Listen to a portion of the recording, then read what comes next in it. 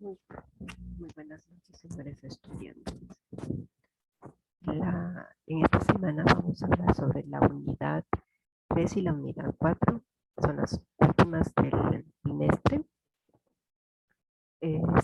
Vamos a hablar de los métodos jurídicos y también de las técnicas utilizadas de la investigación. En cuanto a los métodos jurídicos, tenemos que la tendencia de la universalidad de los métodos sostenida por Descartes en la aplicación y también al igual que Leibniz quiere aplicar a la investigación de la verdad en todas las órdenes de los métodos matemáticos. También considera que el derecho que es como un producto de la naturaleza. La segunda tendencia nos habla también que es denominada como la pureza, que afirma la existencia de los métodos propios del derecho. En 1996, Maggiori ve en esta tendencia una especie de doctrina aplicada a la jurisprudencia.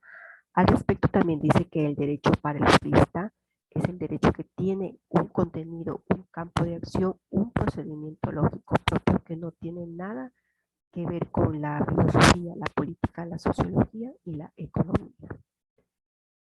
En cuanto a nos habla que es un elemento típico y esencial, que es el juicio.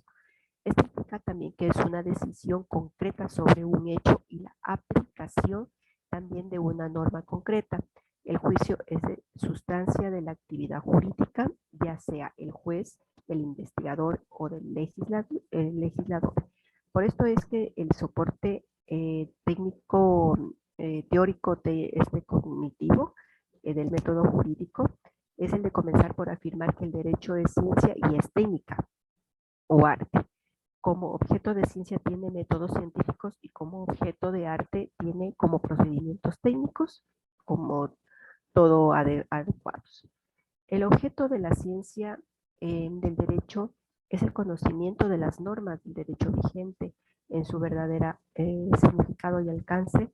Por consiguiente, tenemos que de las normas del derecho vigente es su verdadero significado y alcance. Por consiguiente, la ciencia jurídica es una disciplina meramente reproductiva y un carácter dogmático. Es reproductiva porque su objeto es de reproducir explicándolos y sistematizándolos. Pero además también el derecho es arte o técnica, ya que este ha sido creado o constituido por el hombre para lograr un fin. Como arte, el derecho tiene también como procedimientos propios como el de la aplicación de la norma en los casos concretos y la de elaboración de las normas o creación del derecho.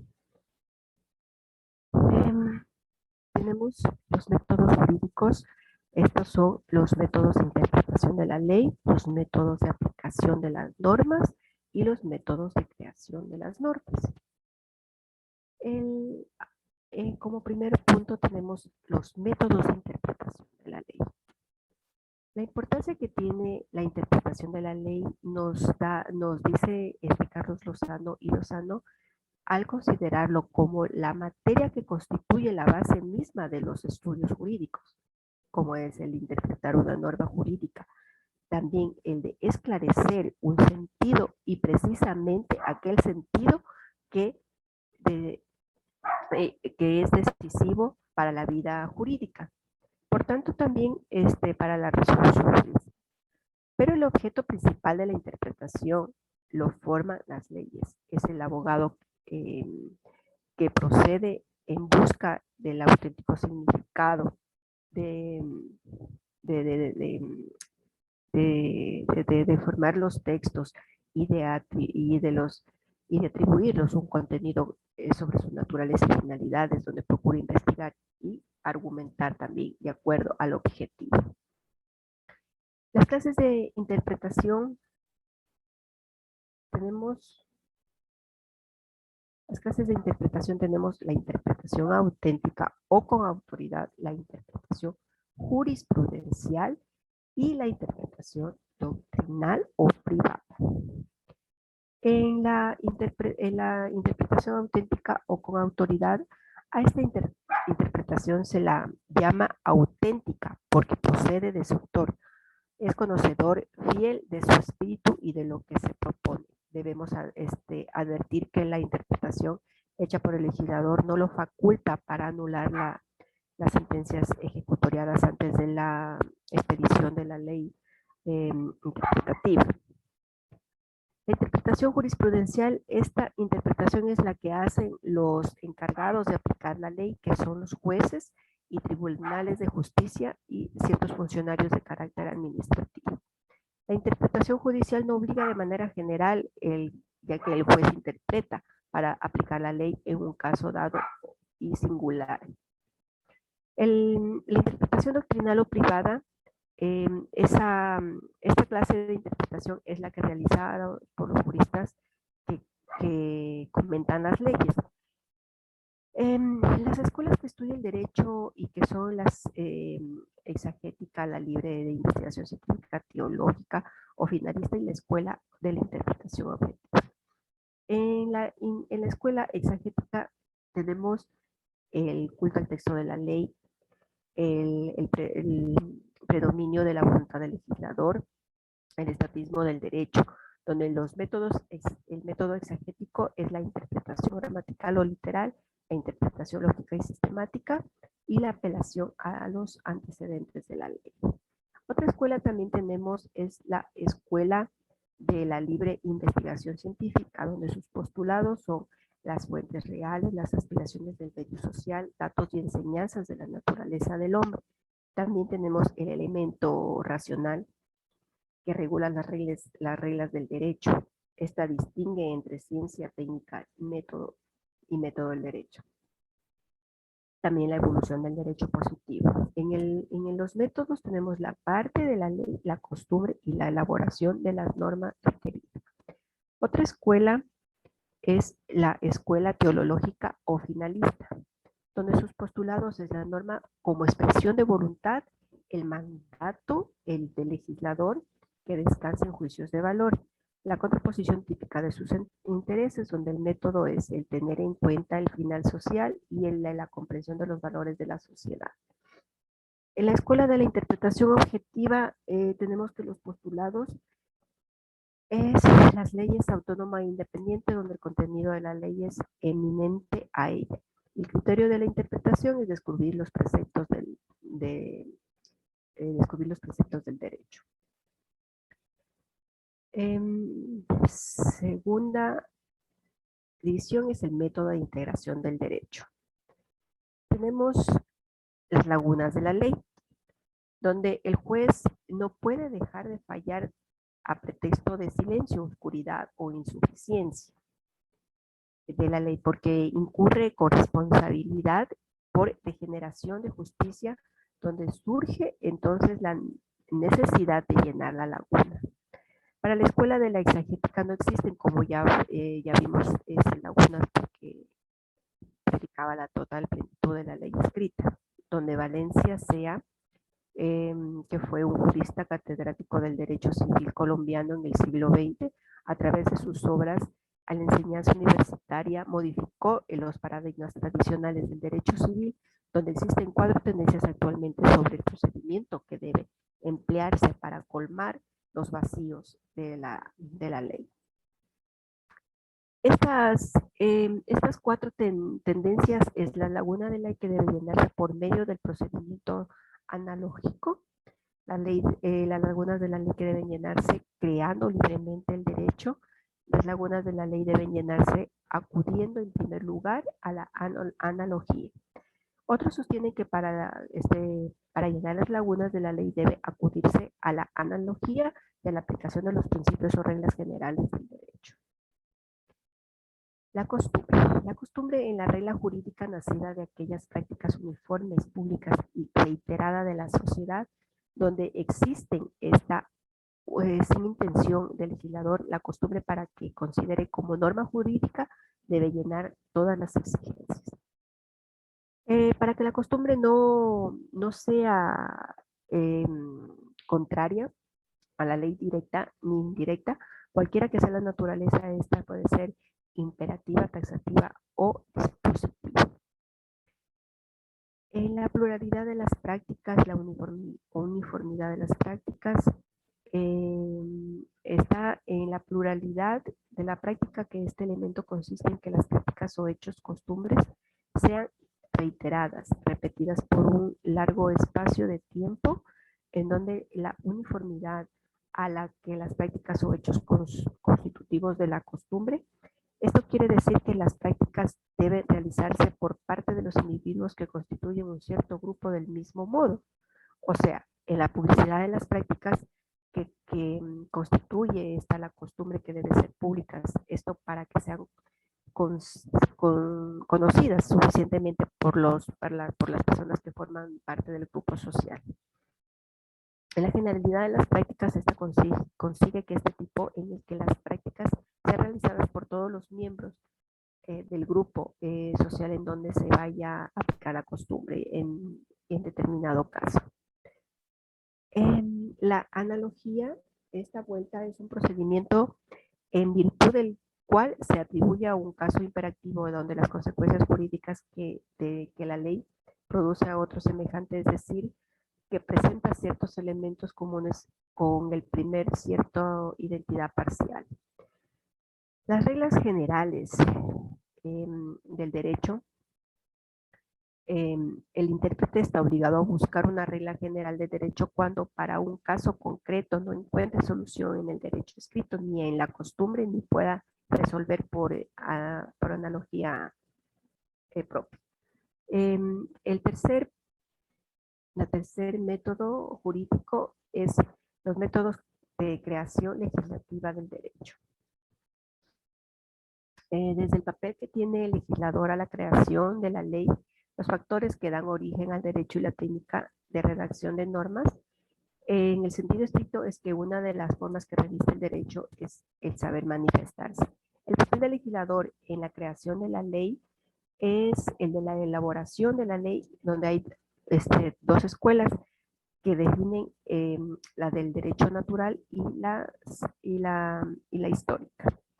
La escuela del derecho natural y de gentes también que se llama, esta escuela surgió en el siglo XVII, donde sostiene que el derecho de producto de la razón, un mero resultado del pensamiento humano, descubre un conjunto de reglas ideales de conductas inmutables, universales y perfectas, en el que inspira el legislador en su labor de darle expresión del derecho mediante la ley.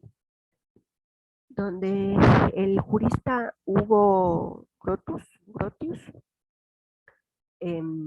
escritor y poeta, define el derecho positivo llamado por el voluntario, donde el derecho natural se concibe por la escuela como un derecho superior a la voluntad del legislador, debiendo servir en dirección y orientación al derecho positivo. La escuela histórica. En la escuela histórica, Sagni y Pucha, estas son figuras juristas que dedicaban del análisis del derecho romano en este punto donde se partió y se apartó de la escuela del derecho natural, que se colocó resueltamente con el centro de la realidad social.